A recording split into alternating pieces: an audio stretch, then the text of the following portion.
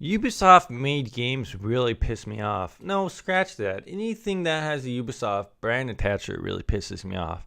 I would argue that Ubisoft is one of the main reasons that the Division 1 kind of failed, but there are so many Ubisoft games that really just piss me off, and I don't really want to buy a Ubisoft game again. Here are some of the games that have pissed me off the most. Let me know what you think down in the comments below, and if these games have pissed you off in a similar fashion. For Honor is an interesting game. It really had kind of an interesting style in terms of, what it was trying to do. It was trying to bridge the gap between medieval sword fighting game and kind of tactical fighting game.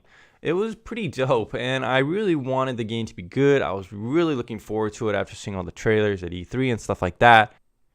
But on launch, I discovered, as well as many others, that there's tons of issues with the game. Games would frequently disconnect, making you abandon fight, and the matchmaking system was garbage without any sense of balance at all. Now, it's a little tricky to kind of explain the matchmaking system, but the basic idea is that there's so many different fighters, so many different kind of skill levels with each fighter that a player could have.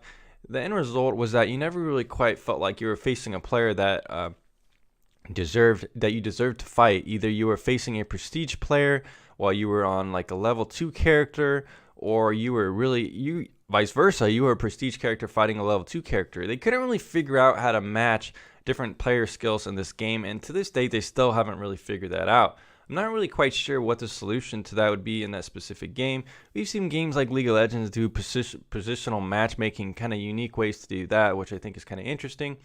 But perhaps just having an account level could have fixed For Honor's kind of issue, restricting basic people from facing people with game time, maybe even just doing that game time. If someone's played 60 hours of the game versus someone who's played, hundreds, you shouldn't match them up. I don't know. But whatever they did with this game, the matchmaking has always just felt really bad. It's one of the things that's bugged me most about this game. Now, various capture the hell modes were also perhaps the most unique part of the game. Were plagued by pay to win, letting people buy gear, kind of silver shards with real money.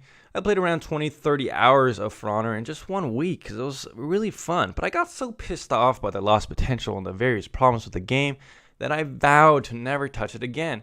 But did I keep coming back and try it for 1 or 2 hours and just uninstall it? You bet I did. I still can't really play this game years later. I try to get back into it, but there's still disconnects every once in a while that really piss me off. It's 2-2. I'm about to win the game and it disconnects. Oh my god. Not to mention that people were begging Ubisoft to make dedicated servers forever. They kind of finally started relenting with some of that stuff, but overall I still think the game doesn't feel that polished in terms of the matchmaking and the disconnects and stuff like that. Have they still added on more DLC add-ons, more characters and stuff that you could pay for? Oh, you bet they have. But is the game fixed? I don't think so. The game's population is still small. It's free on PS4 this month, so they're still trying to get people to play it, but I don't think people really like the game.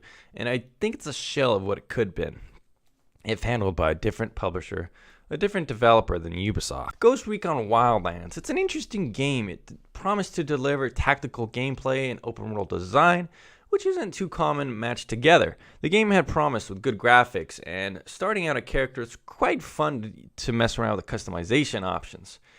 Like any Ubisoft game, it does sound good on paper, but the game is buggy as sin. I just bought it the other day, nearly 2 years after release, and there are still horrible bugs. For one, the aim assist feature, it doesn't even work. It won't stay toggled on. You go into the menus, you switch it on, you click apply, you go back into the game, and it's turned off. What the hell is this bug? This would not be a bug that I would expect even on a day one release. And how is it still here 2 years later on? It's ridiculous.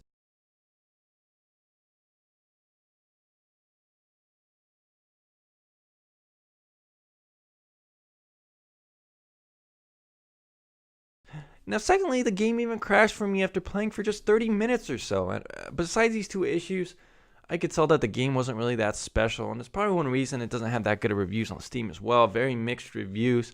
The shooting just didn't feel right. Using iron sights, looking in, it didn't really feel like I could shoot people quick and sort of the tactical kind of way that you need to. Kind of like the John Wick style, like, because you're looking down your iron sights, it's like kind of weird. So you would think that it'd be kind of like a third person kind of mode where you could have a crosshair, right? But for me, there wasn't a crosshair, and I was like, well, why would that be?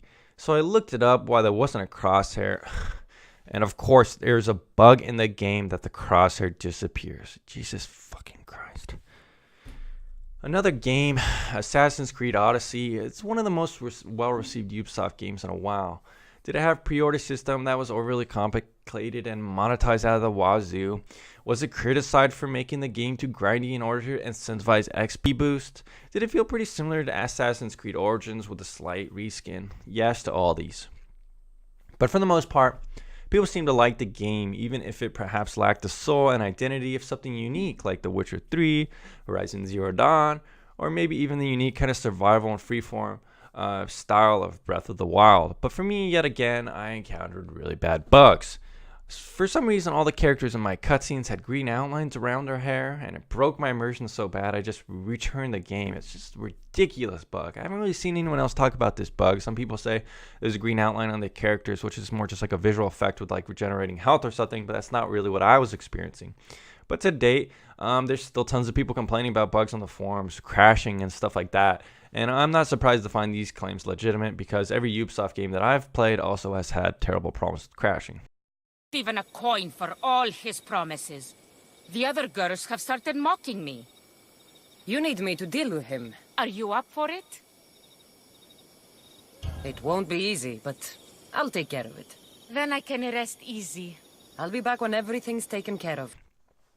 Lastly, I do want to talk about Far Cry 3 Blood Dragon. It's another kind of well-received Ubisoft game, but even for me, I had a horrible time with it due to bugs. I couldn't really even progress in the game because I had so many save issues. Now, you might be saying, well, the game just kind of has a badly designed save system. Well, that's true. You have to kind of complete the first mission in order to even save once, and the first mission's like an hour long. But it seems like that is not the case necessarily with everyone, in that some instances you actually can't really save and you're going to lose your progress. Now, one of the most egregious ways that Ubisoft has pissed me off is by publishing The Division. Now, The Division was developed by massive development studios, so it's not exactly the same as some of these other games that I'm discussing in this video. However, I think Ubisoft really did taint the game, and they kind of mismanaged it. The game had tons of bugs on launch. The Dark Zone was unbalanced. The content just wasn't there in the game. And perhaps the reason the content wasn't in the game is because Ubisoft wanted to make more money with the DLC. They really extended the life of the game. But by the time everyone got the DLC and got the complete game, most people had left. If you look at the Steam charts, in 1 month, half of the players had left. They probably beat the game, got bored of it, didn't have anything to do. So I think Ubisoft really messed up this game in terms of the monetization and how they handled publishing it. And overall, I don't know if Division 2 is going to be able to learn from some of those mistakes just because it's Ubisoft. So I've done a lot of ranting about these games and why they've pissed me off. But what is my point? Well, my point is that Ubisoft games, they're not good later on. They really aren't. They're just unfinished games pretty much forever, and I don't really think you should buy them or support them. And until they actually put some love and care and polish into these products, just forget about them. Just say goodbye, Ubisoft. Goodbye.